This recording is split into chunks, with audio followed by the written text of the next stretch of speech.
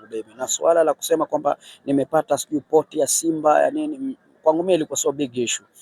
So big issue kwa sababu mimi naelewa mpira nini, kwa hiyo sikujenga pressure na nilikuwa na hamu nao niwapate na niliwaahidi kwamba nitawafunga.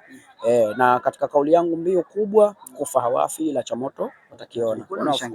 Of course, why not? Mimi yoyote atakayekuja mimi nitashangilia. So mimi wakati wangu mimi ni mtu wa kukera, mimi nakera. Mimi ukija vibaya mimi nakukera. Kwa hiyo sikuwa na sababu ya kusema kwamba niweze kumwogopa yeye au niweze kujilinda sana bila sana niliwapa mipaka wachezaji wangu, niliweza kuzungumza na wachezaji wangu au niliweza kuzungumza na timu nzima mpaka technical bench, tuende pale kwa kuheshimu kwa sababu wao ni Giant, timu ya Fufundo kwanza mpya na imepanda. Kwa hiyo of course tulikwenda pale kwa kujiamini bila kuwapa hofu hata wachezaji pia nao. Yes, mwana Kishai TV ni juzi, jana na leo tuko tena hapa katika viwanja vya Mao Zedong kuja kuhakikisha kwamba tunakupa chakula ama kila kile ambacho kinaendelea katika viwanja hivi vya Mao Zedong. Mimi ni Farid ibn Abdalla kutoka Tanga na Dar es Salaam. Hapa nakwenda kuungana na mwalimu wa Fufuni. Yes, wa Fufuni ambaye alitikisa katika tournament ya Mapinduzi Cup. Mwalimu, habari? Safi tu. Wema? Nashukuru kabisa. Nimefurahi kukuona tena. Na mimi pia. Sasa siku nyingi mwalimu. Nashukuru kabisa. Alhamdulillah. Yes, za mapumziko mafupi kupisha mwezi mtukufu wa Ramadhani. Ni nzuri mpaka sasa hivi alhamdulillah, tuko salama na tumejiandaa vizuri na michezo ambayo inafuata, michezo 10 ambayo inakuja. Kwa hiyo mpaka sasa tunajivunia kwamba tunavuta pumzi na tunaomba Allah atujalie tuwe wazima kumaliza michezo yetu salama. Lakini pia tumeona mwendelezo wa Fufuni kidogo mlikuwa sio mzuri sana kulinganisha na michezo ambayo mlianza nayo hapo awali. Kipi ambacho labda kina nyakati ambazo wanapitia Fufuni? Kiukweli nyakati ngumu kwa sababu unapounda timu alafu timu ikaja ikapanguka au ukaja ukapanguliwa, yani maanake wachezaji kuondoka, pia inakubidi kwamba uanze kutengeneza tena upya, lakini falsafa yangu ilikuwa kwanza ni kuzuia daraja. Kwa hiyo hilo nilikuwa ni kubwa. Ya pili, kama kuna uwezekano nikae kwenye top 4 ambao tayari hiyo ipo, na ya mwisho kama kutakuwa kuna uwezekano, kihisi kuna uwezekano wa kuchukua ubingwa, basi tuchukue ubingwa, lakini falsafa kubwa ni timu kwamba izuie daraja. Hiyo ndio mikakati ambayo mwanzo tumeweza kuiweka, lakini pia vile vile timu haikuharibu kivile, kwa sababu mwanzo tuliingia na wachezaji ambao tayari kila siku zikienda ilikuwa dirisha halijafungwa kwa tukawa tunaongeza, lakini sasa hivi tuna imani kwamba tutakapokuja siku ya tarehe 2 timu utaiona itakuwa iko very aggressive. Tutapambana kwa ajili ya kupanda kwenye sehemu yetu, kukaa kwenye sehemu yetu ambayo tunayohitaji. Yes, mwalimu, tumeona namna ambavyo Fufuni wanacheza na ni miongoni mwa mechi ambazo zilivutia zaidi mlipokutana na mnyama Simba. Yes, tuone yale makali ambayo mlionyesha kule yatahamia kwenye ligi kuu ya Zanzibar katika huu mwendelezo wa mechi ambazo zinasalia. Zaidi ya vile kwa sababu tulikwenda kuheshimu Simba, lakini huku tunakuja kufunguka. Tunafunguka na tunatanua mbawa zetu kwa ajili ya kupambana kupata alama 3 ili tuweze kuongoza ligi. Sasa hivi anaongoza na point 40, sisi na point 38. Wenzetu leo Fire wamedraw na point 39. Kwa hiyo tukiipata mechi ya Polisi, manake sisi tunakwenda kuongoza ligi kwa pointi 1.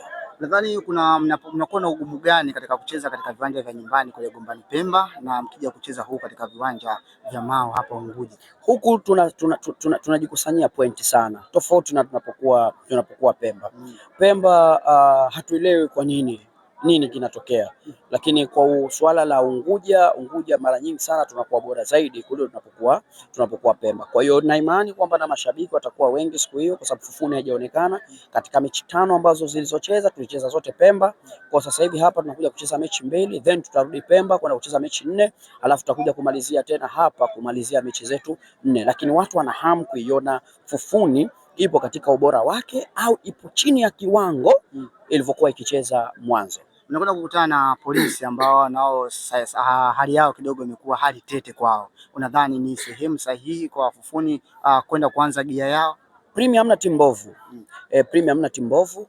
na inawezekana waliteleza mwanzo baada ya maandalizi hayakuwa mazuri, lakini na imani kwamba maandalizi sasa hivi kwa wao yako vizuri, kwa sababu wao inawezekana wameanza mazoezi mwanzo kuliko hata sisi, lakini pia vile vile muunganiko wa timu pia unaonekana sasa hivi kwa wao pia uko vizuri. Hali kadhalika wameamua kubadilisha mwalimu ambaye pia mwenye kiwango, mwenye ubora, tunayemheshimu sana Unguja. Kwa hiyo of course mechi haitakuwa rahisi kama vile watu wanavyoichukulia. Mechi ambayo itakuwa ngumu, ni mechi ambayo itakuwa na ushindani mkubwa. Hali kadhalika kwamba Polisi wasifungwe na Mo, wasifungwe na Fufuni, wasifungwe kwao katika ardhi yao, maana walipokuja Pemba tuliwafunga goli moja, lakini huku wanakuja kwa ajili kwamba wanazuia ili wasiweze kupoteza.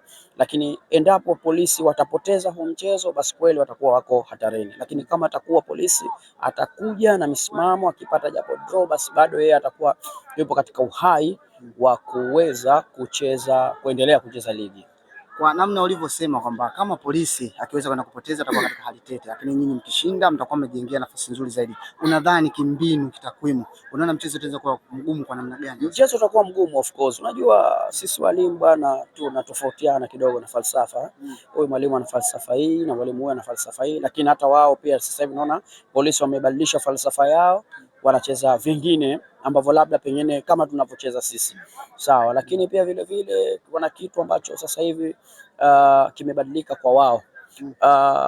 Mbinu ambayo itakuwa kuwa kubwa ambao wanaitumia kwamba ni kucheza mini block labda na low block ili uweze kupata japo pointi moja. Tukipata sisi pointi moja kwa sisi itakuwa sio mbaya sana, lakini nayo itakuwa si nzuri sana kutokana na muendelezo wa raundi ya pili. Tutakuwa tumedraw michezo mitatu, tumefungwa moja, tumeshinda moja. Kwa hiyo of course hii mechi sisi tutakwenda kufanya hima hizi mechi hizi hapa tuweze kuzipata. Mwalimu, labda nikuulize maswali mawili ambayo yatakuwa ya mwisho. Kwanza, kwa nini umeamua kujiita Gamera?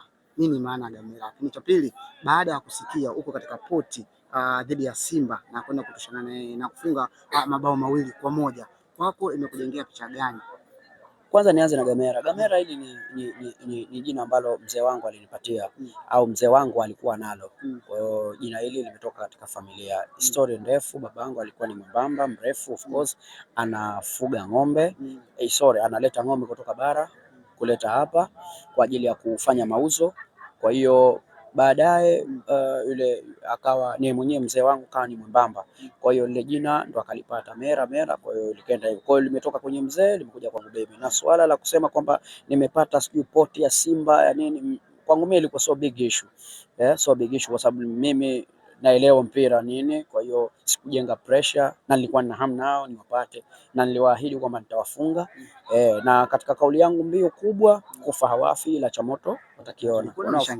Of course, why not? Mimi yoyote atakayekuja mimi nitashangilia. So mimi wakati wangu mimi ni mtu wa kukera, mimi nakera. Mimi ukija vibaya mimi nakukera. Kwa hiyo sikuwa na sababu ya kusema kwamba niweze kumwogopa yeye au niweze kujilinda sana bila sana niliwapa mipaka wachezaji wangu, niliweza kuzungumza na wachezaji wangu au niliweza kuzungumza na timu nzima mpaka technical bench, tuende pale kwa kuheshimu, kwa sababu wao ni giant, timu ya Fufundo kwanza mpya na imepanda. Kwa hiyo of course tulikwenda pale kwa kujiamini bila kuwapa hofu hata wachezaji pia nao.